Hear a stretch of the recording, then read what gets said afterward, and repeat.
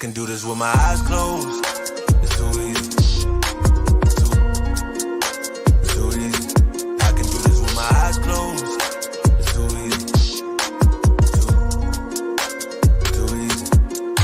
It's too easy. I've been there, done it, seen it. I saw that. Boy, all that like Kenny. I did that. Still got crack, they fiendin'. That's true. Flow still hot like Phoenix. What's going on, everybody? Welcome to another edition of Breaking Bet here on this Friday, May 12th. This month of May is moving along very quickly, and we're getting towards the finish line of the regular season. But before we get into all that, join with me is my guy, Matt Grissom of Arkansas, who's kind of biased when it comes to his Razorbacks. But always a pleasure to have you on, bro. How's things? No bias at all. I'm straightforward when I bet on the Hogs. I'll tell you if they're going to be good or bad. Yeah, I hope so because, Arkansas has got a really good series this weekend against a reeling South Carolina team. We will get into that series in just a little while, but before we get into this Friday's plays and what we're looking at for this weekend, there really wasn't anything of note on Thursday. The Ole Miss-Auburn game was postponed, and it was just North Carolina versus NC State. UNC pulled out a really late dramatic victory. But, any thoughts on that one? Or are you buying UNC? I think NC State's going to miss the tournament for the second year in a row. Do you think UNC has any kind of shot? I've thought all season long that North Carolina is just one of those lull-you-to-sleep teams. They don't really do anything great. They've got the talent, but I'm not buying them as a legitimate threat in the postseason. Yeah, I don't either. It comes down to the pitching. They have a couple huge hitters, but other than that, it's just there's not much to love about the diamond heels, as they call them. All right, before we touch into tomorrow and today and Sunday's games, if you play a ton of prize picks like the rest of us at Karma, you definitely want to sign up for access to the prize picks predictor on this site. It includes AI player prop predictions for NBA, NHL, NFL, MLB, college football, college basketball, WNBA, and more. Go to betkarma.com/JohnnyVTV to sign up right now. I've been putting out all my prize picks. I've been in a little bit of a slump this week. I started off hot on Monday, and then, it just unfortunately wasn't able to get Tuesday, Wednesday, Thursday going. I'm taking a little bit of a break here because, after some losses, you got to just hit the reset button and take a step back. You know how it is. Yep. It's unfortunate, but it happens to the best of us. It does. All right. First game on the board is a Big 12 matchup. We have the Texas Tech Red Raiders against the number 12 West Virginia Mountaineers. This is a team that is drawing a lot of shades to 2022's Oklahoma Sooners. They're getting hot at the right time. They're getting an all-world season from their second baseman, J.J. Weatherholt, who's done so well that he has a legitimate chance to be a Golden Spikes winner. He's usurped Dylan Cruz for the batting average title, which is really that was the big thing Cruz had over everybody else. Weatherholt's got over 30 stolen bases. This guy is going to be a top 10 pick in next year's draft. He might actually be a top 3 pick. And, I think there's an outside chance Weatherholt could be a number 1 overall pick in 2024 if he follows up next year kind of the way he has this year. Of course, West Virginia's got some pitching. So what do you make of pretty much a pick-em here today for the Mountaineers against the Red Raiders? I was honestly surprised that the line was so short. Texas Tech's not very good away from Lubbock. And like you said, West Virginia, they've really made a statement here this season. And Ben Hampton is going to go today for West Virginia. He's got a sub-4 ERA. In the Big 12, that's decent with all the heavy hitters. So I would back the home favorite. Just considering how well West Virginia's played, I think at home, this should be more along the lines of West Virginia minus 135, minus 140. I'm fully on WVU this week. I spoke about this a lot over the last couple of weeks. If there's one long shot team that I'm looking at in the futures market, because all of our teams they're squashed. Wake, Arkansas, Campbell, Coastal, Tennessee, all these teams are dramatically dropped. But if there's one that really hasn't moved that much, it's going to be West Virginia. They only moved from 100 to 1 to 90 to 1 over the last couple of weeks. So if I'm looking at any kind of long shot for the College World Series, it's going to be West Virginia. I don't know if they have enough horses, but if Weatherholt keeps playing like he has been, the starting pitching is kind of delivering what it's been over the last month or so, and we get some complementary pieces, I think the Mountaineers are going to have a solid, favorable regional draw. And then, boom, they get to the Supers. Anything could happen. Then you're into the show at Omaha for the Final 8. Then really it's anybody's race. So I think West Virginia is one of those sneaky long shots that I would be looking at if you haven't had any kind of involvement in the futures market to this point, man. Yeah, and credit to you. I was a stay away on them, and I know a few weeks back you had thrown that out there. You wanted to talk about it, and I had not given West Virginia the time of day, and then here they are as a legitimate threat. I mean, they're 27th in the country in batting average, and that's with J.J. Weatherholt, like you mentioned. He's leading the way. He's the number one batting average player in the country, even atop Dylan Cruz. So hats off to him. Yeah, this is definitely a team that I'm going to be looking at throughout the whole tournament. I mean, I have a lot in the futures market, so I probably won't bet West Virginia. I mean, maybe depending on what they look like in the next couple of weeks, because I mean, I really have a lot of money invested in the futures, and in order to get involved with West Virginia, I could just take them game by game or series, for the rest of the way. I probably wouldn't put more than like $25, $50 on the Mountaineers. And at some point, you're taking a lot of teams. It's going to be a conflict of interest. It's going to dilute your total payout in the end.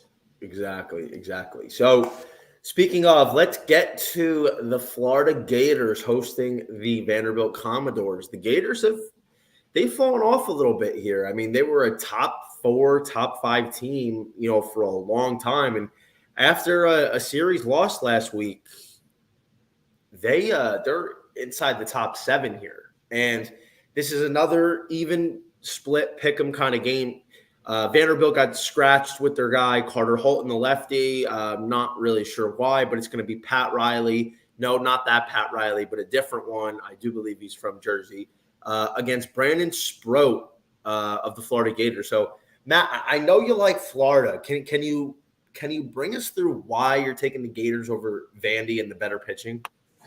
Just offense and the home team. I think, honestly, Brandon Sproat is probably going to come out and have a pretty good game. What I've seen from Vanderbilt's offense all year long has just been lackadaisical. It's just not a very good hitting team, and they're in the triple digits of every hitting category in the country, and that's just not going to cut it in SEC play. They're number 5 in the country. Pitching is the only reason they're there, and Tim Corbin, I think Florida's in a better position here. I'm going to back the better offense and the home team. I mean, I understand it, but I mean, when you look at Brandon Sproat, he really hasn't pitched well this season, especially as of late. So, even though Vanderbilt's offense hasn't been really what they've needed to be, and, we kind of did expect it. The Commodores have leveled the plateau. They've tailed off a little bit. So, I mean, I totally understand where you're coming from, but at the same time, even with Pat Riley going, the Vanderbilt pitching is such an advantage. So if they could go into Gainesville, hold the Gators to like 4 runs, I do think that is ultimately enough for Vandy to be able to score, because Sproat has not been strong. The Florida bullpen's gotten a little bit better with contributions from a couple key guys, but they're still not to the point where I would consider them, a sure thing. If Sproat has another outing where he goes, let's say, 5 innings, who's going to bridge the rest of the game? And, even a Brandon Neely isn't a sure thing. Like, he's pitched well, and he's pitched a lot better as of late, but he's not a guy that I'm going to count on like a Nick Maldonado from Vanderbilt and say, all right, this is the guy that I really feel confident with. So I think, of course, the longer this game goes in a close fashion, I think the more it swings in favor of Vanderbilt late. So as long as the Commodores don't really get steamrolled early, as long as they keep it within 3 or 4 runs through the first 5 or 6 innings, I think they do have a shot here. And I'm I'm not as confident without Carter Holton, but I still think Patrick Riley will deliver what we need him to in the form of like 5 innings, 2 runs, 3 runs, and give his team a chance to win. Well, you're brave taking an SEC road team. That's all I have to say, because it's Why? really hard. It's hard to win on the road. I mean, Vanderbilt's 8-6 on the road. Florida's 27-6 at home. I mean, but pitching travels. They haven't beaten many studs. They haven't beaten many great teams at home. Who? Florida. There's only a handful of good teams that they beat. I mean, Vanderbilt is one of the best schools that they're going to face in Gainesville this year. I mean, in the regular season, of course. What's up next?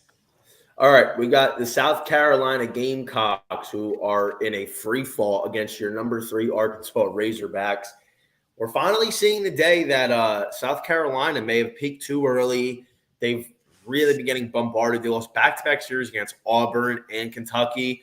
Absolutely atrocious. And I mean, I think we're in agreement here. I'm going Arkansas money line. It's a short price, and I don't know about South Carolina anymore.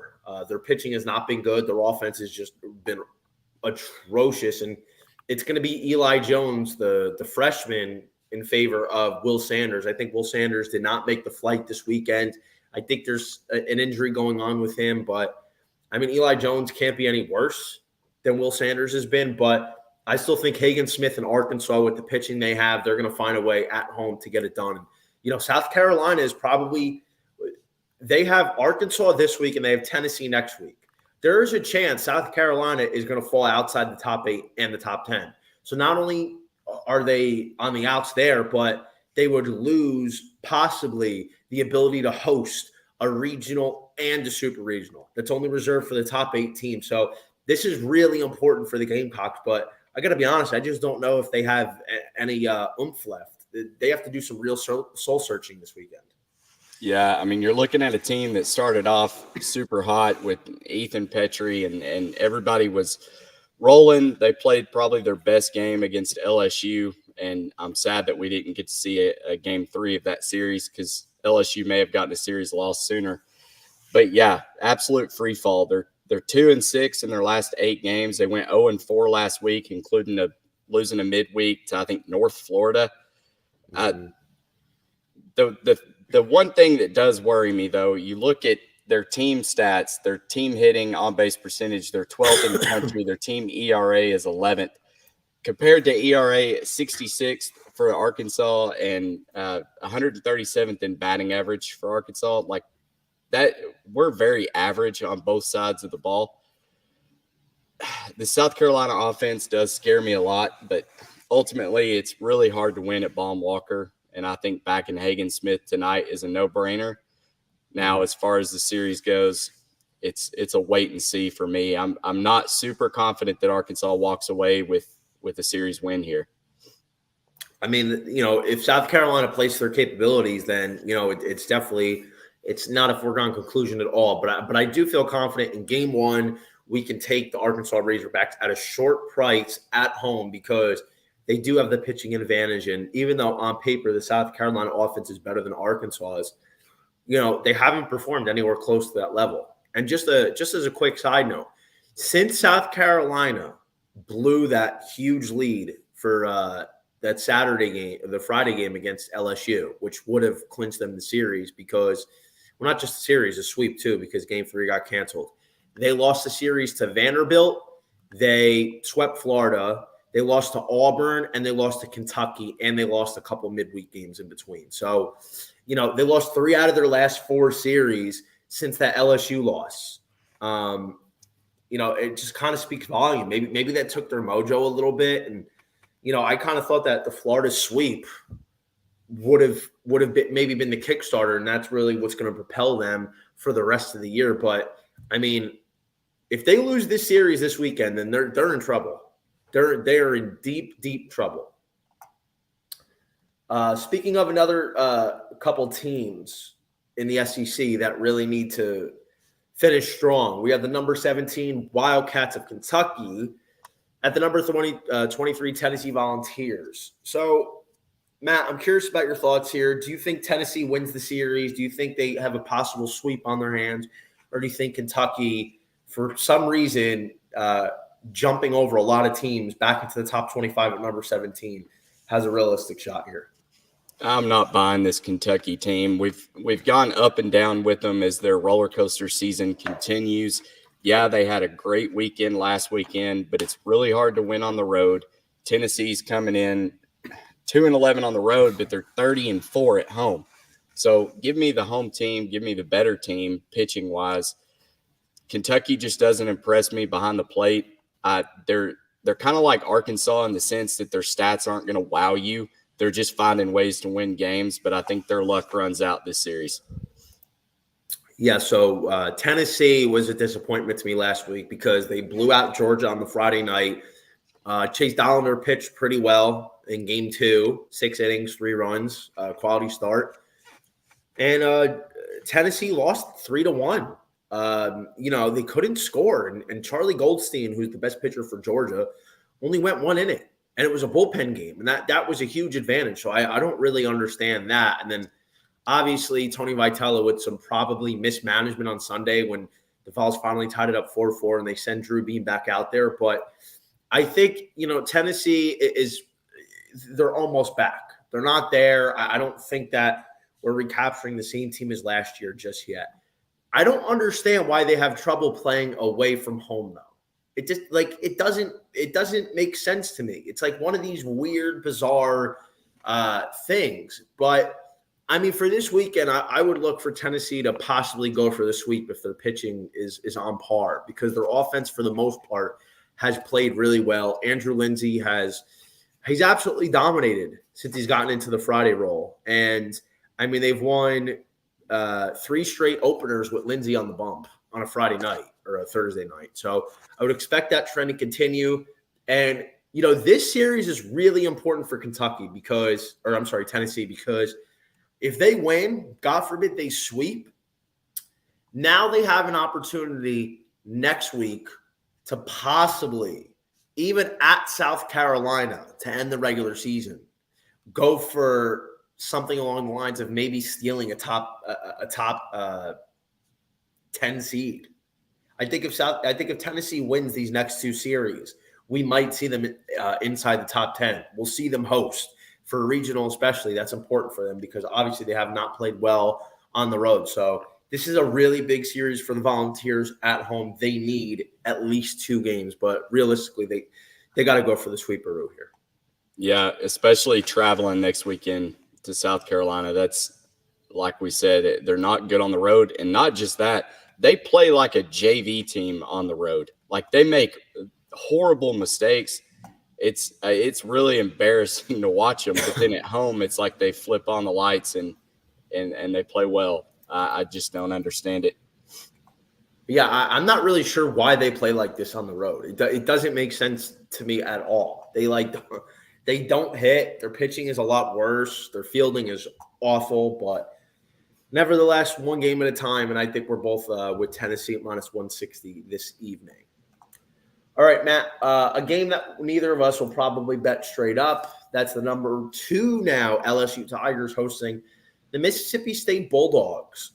So, of course, we're not going to lay this unless, you're taking Mississippi State on an upset, but how are you approaching LSU tonight as a -400 favorite?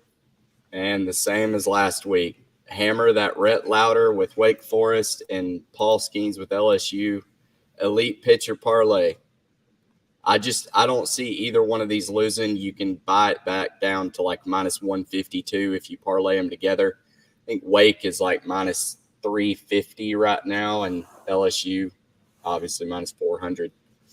So I think that's the only way you could play this. So it's crazy. Mississippi State, they're not that good this year. They have a lot of problems, but they have a lot of potential. They have a lot of power in that lineup and a lot of young studs. So I'm in agreement with you. LSU, Wake Forest, that's certainly on the card for tonight. Do you think though that there's any shot that Paul Skeens gets touched a bit by like guys like Hunter Hines, Colton Ledbetter. Like, I really wouldn't be surprised to see Skeens give up like 4 or 5 runs. He's given up 4 runs once or twice this year. And Mississippi State is not one of those teams that you really think about that has an elite offense. Bro, they have a lot of power. Hunter Hines has been one of the best offensive players in the country this year. So it wouldn't be a stretch for me to see that happen. Yeah, that's tough to ask, but I don't think Paul Skeens I don't think he's going to give up like back-to-back home runs or anything. He may get hit a couple of times, but unless Mississippi State can jump on him early, I don't think there's any way possible for Mississippi State to beat LSU in this game. Yeah, I mean, I would think so. Even given how crappy LSU's bullpen is, if you get 6 or 7 innings out of Paul Skeens, they're winning this game. Now, if you get 4 and Hunter Hines takes him deep twice, I'm going to be a little nervous. Yeah, so would I. All right, we've got a few more games left. Georgia Tech Yellow Jackets at the Duke Blue Devils, who are minus 150, and all of a sudden they're like in contention to be hosting a super regional as well. I personally don't agree with it. I know they've done well the last few weeks in the ACC and everything, but like Duke and Clemson come out of nowhere to start hosting. Meanwhile, teams like Campbell and other programs have been Dallas there the whole Baptist. way. Yeah, even Dallas Baptist, like these other teams have been there, but not really here to complain about it. But do you think Duke takes care of business tonight? I do. This matchup with Schmolke going for Georgia Tech, he's got a 6.89 ERA. Alex Gow, when I was looking these stats up, he's a 1.98. I mean, that's a severe pitching advantage right there. And even if he only gives you 4 or 5 innings, I feel like Duke's rolling right now. Isn't it wild that like Duke, Kentucky, all these basketball schools are just kind of up and down in baseball, and here they are trying to play their way into hosting.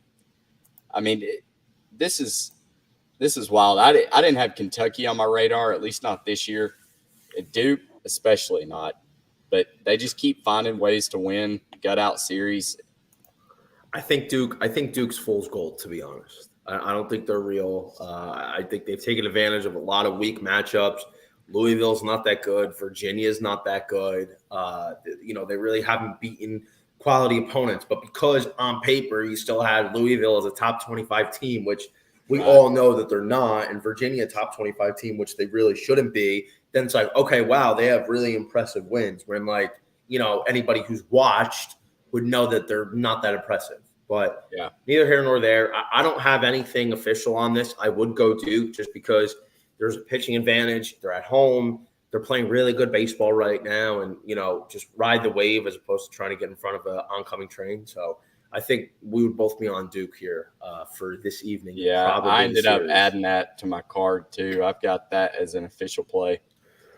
All right, we touched on it already for LSU, but Wake Forest, the new number 1 team in the country, minus 300 at Florida State. Rhett Lauder versus Jackson Baumeister. Now, everybody knows for months I've been talking about Wake Forest is the best team in college baseball, and everybody finally, had the gall to catch up with me.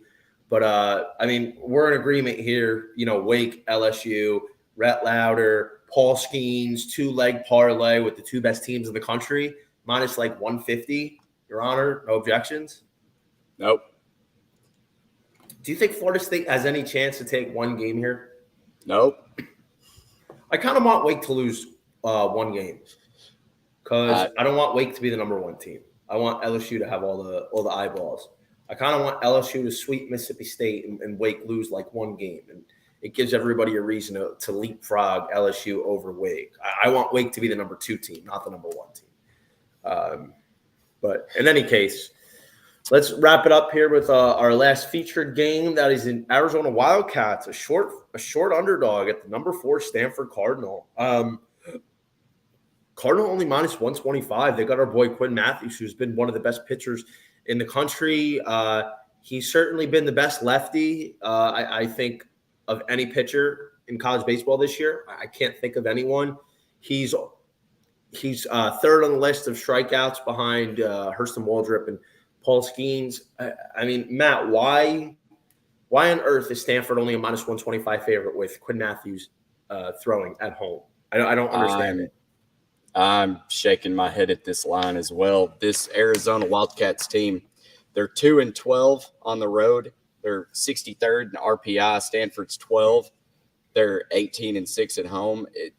Quinn Matthews has been just as elite as Rhett Lauder and Paul Skeens on Friday nights. I'm not buying this Wildcats team at all, and the fact that Stanford's such a short price, I feel like it's free money. Yeah, I think this could be a 2-unit play.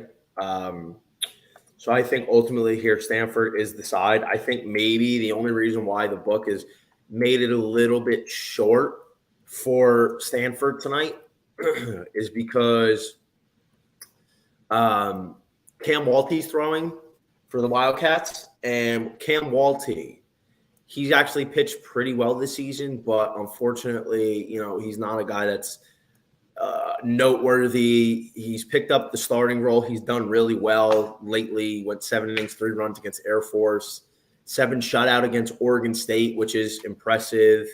7 shutout against Arizona State. So the guy's got some solid performances over the last month or so. But I mean, Stanford is clearly the class of the Pac-12, and he hasn't faced a pitcher like a Quinn Matthews who can put so much pressure on it. And Arizona's offense is really limited behind Chase Davis. Chase Davis has really performed well, and he's probably going to be a second rounder, I think, this year.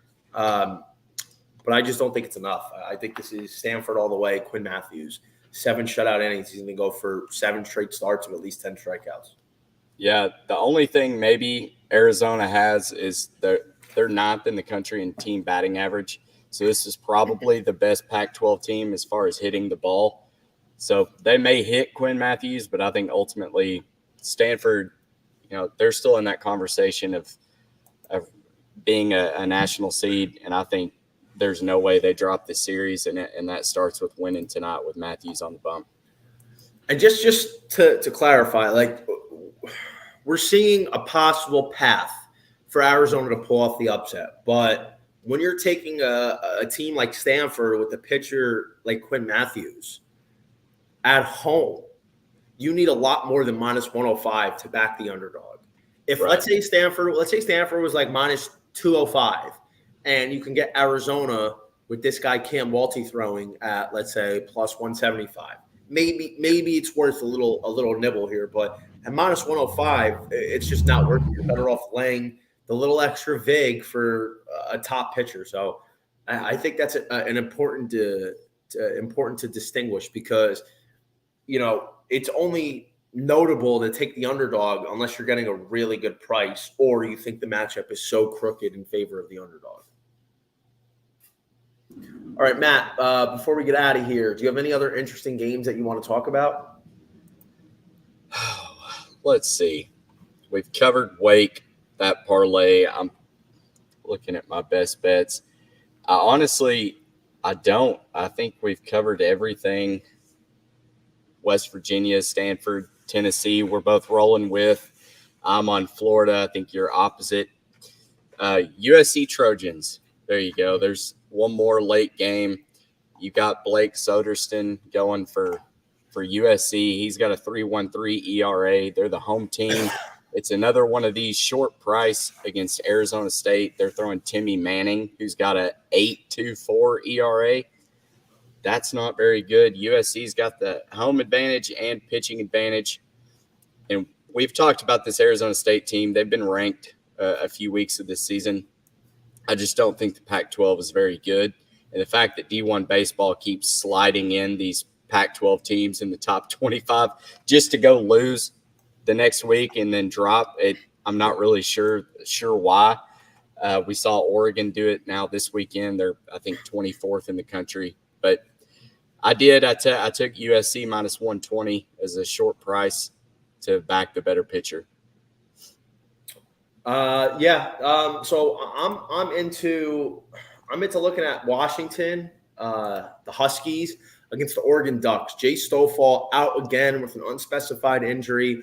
The Huskies throwing Stu Flensland, the lefty, who's provided a lot of good starts this year. Oregon, to me, is not that good of a team. Their pitching is not good. Jay Stofall is the reason why their pitching staff is somewhat comparable. So the fact that he's not going tonight makes me feel at plus 140, Washington is the correct side. And, Oregon is not good enough to be laying 175, even at home, against a Washington team that has enough to compete with them.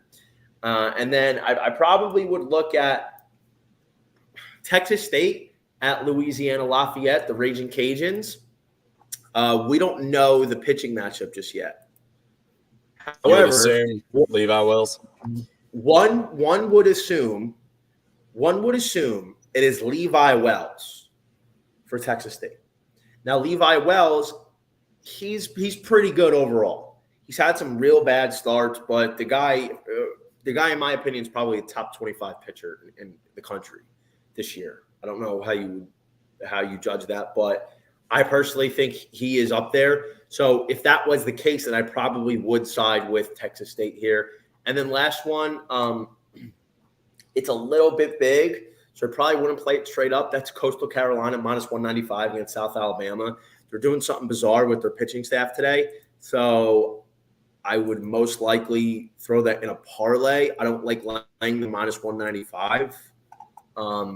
That's just too big of a price because they're shaking up their pitching. They're not throwing Matthew Podok. They're not throwing Jacob Morrison. So that actually could be a stay away altogether. And the fact that I have so much involved in the futures, I think, Coastal's not a team that I'm looking at. One more that I threw a quarter unit on, and it's probably not going to win for the fact that Campbell is just so good offensively. It probably doesn't matter who another team pitches. But Gardner Webb has a guy pitching today with a 2.37 ERA, 6-2 as a starter. He's going against Hunter Lloyd in place of Cade Cooler. We're not real sure why he's out, but I thought getting Gardner Webb at plus 230 was too good of a price to not back that team with a pitching advantage. So no.